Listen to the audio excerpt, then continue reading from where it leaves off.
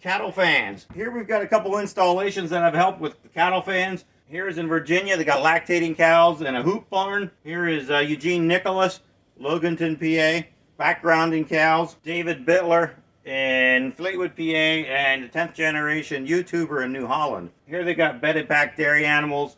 This is dry cows on bedded pack. So the reasons you'd use a big fan is if you got stale air, respiratory problems, wet bedding, or overheated cattle.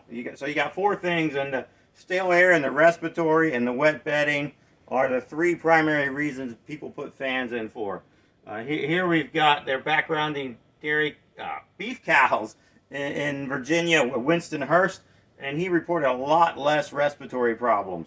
It's all because the air keeps moving and you get the drier bedding because the air blows straight down and then sideways across the floor. And that keeps the velocity at the floor much better. When you have young animals with their nose down at the floor, it keeps fresh air there. So that's the reason why it really helps with respiratory and wet bedding. At the 10th generation YouTuber, he has a pair of fans in his heifer barn. I just did the programming for his temperature controller to track how much energy the fans use, and he's been averaging $4.12 a week for his fans. So I would recommend you listen to his channel. It's kind of fascinating, all the different dairy farming videos he makes, and I think you might enjoy it.